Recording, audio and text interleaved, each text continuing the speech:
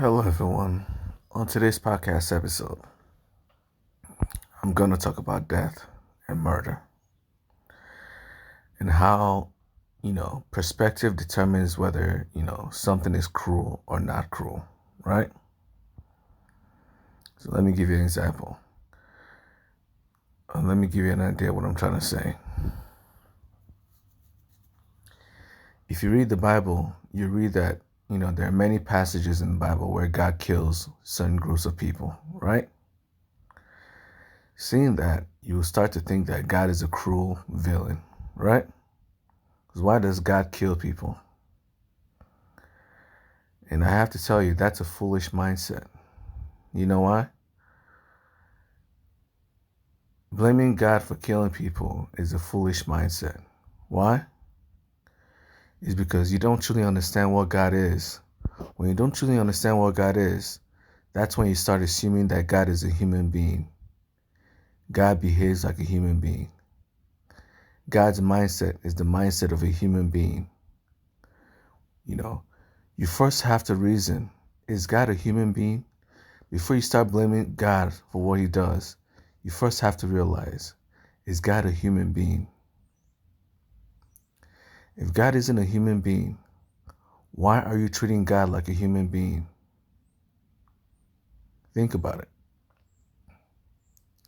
Since God is not a human being, God does not behave like a human, right? So why are you blaming God? Why are you putting human qualities in God? So let me show you what I mean. Murder is only considered murder, right? Based off intention, based off perspective. If you take a gun, right, and you intentionally shoot yourself in it with it, and you die, that's called what? Suicide, right? You killed yourself. You intentionally killed yourself, right? But if you're cleaning your gun and you accidentally get shot, do you really consider that suicide? No. It can no longer be considered suicide because it's what? An accident, right? So perspective determines whether something is a suicide or not. Same with murder. Perspective determines whether something is a murder or not. Let me give you an example of what I'm meaning. If a child punches you in the face, right? Would you say the child is a cruel child? A baby, like a newborn baby. Would you treat the child as like an adult? If a baby is like a 1 month old, you're playing with a baby and it punches you in the face out of anger or out of excitement, would you really blame that child for punching you in the face? No. You just accept it. Why? Because the child is not an adult. A child does not think like an adult. Since a child does not think or behave like an adult, a child's intention is different from an adult's intention. When an adult punches you in the face, you will get angry. Why? Because you know exactly why the adult punched you in the face. Out of anger. Out of a desire to harm you. Right? When a baby does it, it doesn't count. Because a baby is a baby. You don't kill babies, or you don't punch babies in the face just because a newborn baby punched you in the face. If a newborn baby punches you in the face, you just have to accept that it's a baby. It doesn't know what it's doing, right? And move on with your life. But if an adult punches you in the face, that's a whole different, story. That's a whole different perspective, right? Yes. If you're walking on the road, right, and a rock falls on top of you from nowhere, is the rock a murderer? Do you consider the rock a murderer? No. No one will ever think of a rock as a murderer if the rock falls on top of you. Why? Because the rock does not have human emotions. The rock does not think like a human being, so it doesn't count as murder. Perspective determines whether something is a murder or not. If you intentionally kill someone, it's considered murder. If you're cleaning a gun and you accidentally kill someone, did you kill that person? Is that considered murder? In most countries, in most people's eyes, that's an accidental death. It's usually called manslaughter. It's an accident. Accidental deaths are treated differently than intentional deaths. Intentional deaths are considered murder. If you intentionally kill someone, you try to harm them. You had a desire to harm them, to make them feel pain, right? That's why it's called murder. You also have to think about the same thing too. When God kills someone, think of God as a rock. God is not a human being. God is not a human being. So do not see God as a human being. Humans do not know anything about the afterlife. We have no access to the afterlife, right? So when we kill someone, we do it out of a desire to harm them. We do it out of a desire to hurt them. We want them to feel pain. We want them to disappear forever. We want them to suffer. We want them to be tormented. That's why we kill people. Right? But God is different. God is not a human being. While you're alive, you're by default, God is omnipresent. So while you are alive, while you're a living being, right? You are God. After you die, you will still be God. Do you understand? So when God kills someone, it has a whole different meaning than when a human being kills someone. Just like when a rock falls on you and you die, there's a whole different meaning than when a human kills you. Perspective determines whether something is cruel or not cruel. God is not a human being, so God does not think like a human being, right? God exists here and also exists there. God governs the living world and also governs the world of the dead.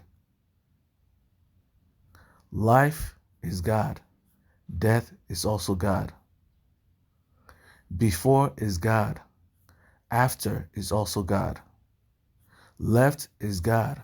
Right is also God. Existence is God. Non-existence is also God. You understand? So what I'm saying is, from God's perspective, you haven't disappeared from the world completely. When God kills you, you don't truly die from God's perspective. You just go from the world of the living to the world of the dead. You do not disappear forever. So when God does it, He doesn't do it, as a desire to remove you from the world completely, but you just change it from one form to another. That's what death is. You're going from being a living being to a different being completely. Because for there to be life, there has to be death. For there to be death, there has to be life. These two are two sides of the same coin, and they exist together simultaneously.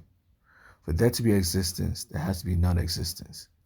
These two are two sides of the same coin, and they exist together simultaneously within God. So from God's point of view, you're naturally dead, because both death and life are God. Understand? God is simply taking you from the world of the living to a different world. But a human, on the other hand, is completely different. When God does it, there are no human emotions when God does it.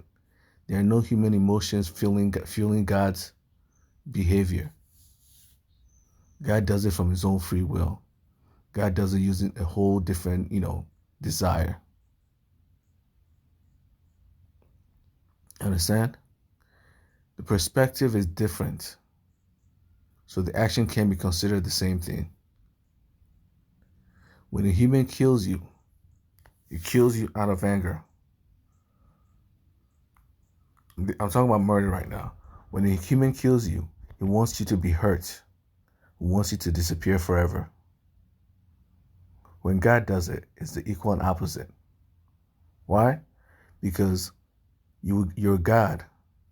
Being omnipresent, while you're alive, you are God. And after God kills you, you will still be God. You don't truly die. You just go from the world of the living to a different form, to a different world. You're just changing form from you're changing from one form to another. You're changing from existence to non-existence.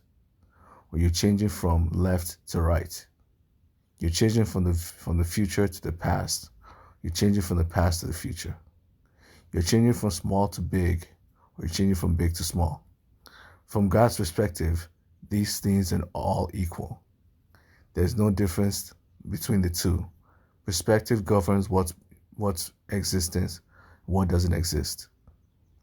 Perspective governs what's here and what's there. Perspective governs what's considered the future and what's considered the past. Perspective governs what's considered alive and what's considered dead. Perspective governs everything. And since God is omnipresent, God governs all perspectives. Meaning God knows, exactly what's going on inside the head of yours. It also means that you don't truly die. Since you're God, whether you're alive or dead, you will still be God. You understand? You will still be God, meaning you don't truly disappear. Alive, you are God. Dead, you are still God. You understand what I'm trying to say? So when God does it, it's no different from when a rock accidentally hits you and you die. You just have to accept that you reap what you sow. When the human does it, there's a whole different perspective because the intentions are different. The perspective is different. When a human being does it, he does it out of a desire to harm you because he doesn't know what happens after you die. Because a human being does not know what happens after you die. He's not doing it to make he's not doing it out of a desire to help you. He's not doing it out of kindness. There's no kindness in that heart of his. When he murders you out of a desire to make sure you feel pain, out of a desire to harm you, out of a desire to make you feel agony, to torment you. That's the reason why humans kill others, out of a desire for revenge. So the intentions are different. When the intentions are different, it's no longer considered the same crime. When you intentionally kill someone, it's called murder. When you accidentally kill someone, it's called manslaughter. There's a reason why there are differences between the two. There's a reason why. If a rock accidentally kills you, you don't blame the rock. You just have to accept fate. This is how life works. When God kills people in the Bible, just think of it as, when a rock kills someone. He's not doing it out of malice. He does it because, from God's perspective, it is beneficial for you to be removed from the world of the living and go towards the world of the dead. That's the reason why God killed, people. To take them from the world of the living to the world of the dead. So from God's perspective, they don't disappear forever. They only disappear from the world of the living. And from, since they're no longer part of the world of the living, right? The people who live in the world of the living can no longer interact with them ever again. But God still interacts with them. We can no longer interact with them in our world. It does not mean that God has stopped interacting with them in their world. You understand? Because they're still God even after they've died. They're still a part of God even after they died. So God doesn't lose them in any way, shape, or form. They do not disappear from God's perspective in any way, shape, or form. They're not truly dead in God's perspective in any way, shape, or form. They're only dead from our perspective because we have to die to go into the world of the dead. But God is both alive and dead at the same time. So it doesn't affect God in any way. Since it doesn't affect God in any way, it's no longer considered a crime because God is not a human being. God is both alive and dead at the same time. God is both existence and non-existence at the same time. Or God both exists and doesn't exist at the same time.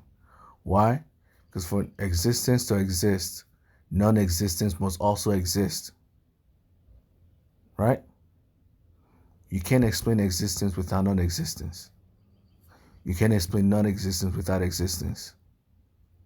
They come together as one. So, as God created existence, God equal and oppositely created non-existence at the same time. So God is both at the same time. From your perspective, only existence exists. But from God's perspective, there's no difference between existence and non-existence. They are both God. They are both Him. When you disappear, you just go from one form to another. Yet, whether you exist or don't exist, you will still be God. Whether you exist or don't exist, you will still be 100% God. Because God is the creator of both dualities. God is the creator of small and large. God is both small and large. God is the creator of life and death. God is both alive and dead. God is the creator of the past and the future. God is both the past and the future. God is the creator of left and right. God is both on the left and on the right. God is the creator of here and there. God is both here and there. God is the creator of big and small. God is both large and small. You understand? God is the creator of male and female. God is both male and female. You understand? This is how life works. God is not a human being. You have to understand things from God's perspective. If you keep thinking of God as a human being, the problem isn't God. The problem is you. Would you blame a rock for killing someone? Is it called murder in your eyes if a rock falls and kills someone? Would you call the rock a murderer? Does it even count as a murderer when the rock is not even a human being to begin with? You're only a murderer if you're human, or at least if you're alive. When a virus kills millions of people, is it considered murder? No, we don't consider it murder. Why? Because a virus is not a human being. A bacteria is not a human being. Do not call it the same. God, it's even worse for God because God is both alive and dead. God governs both the world of the living and the world of the dead. So whether you're alive, you'll still be God. And whether you're dead, you'll still be God. From God's perspective, you don't disappear from the world. You just change it. You just go from the world of the living to the world of the dead. That's the only difference. While you're in the world of the living, you'll still be God. You'll still be part of God. While in the world of the dead, you'll still be a part of God. God is neither alive nor dead. Yet God is both alive and dead at the same time. So that's it for today's podcast episode. Do not see God as a human, remove the human, perspective of God. God is omnipresent. So God is everything and nothing simultaneously. So that's it for today's podcast episode. I'll talk to you guys later. Bye.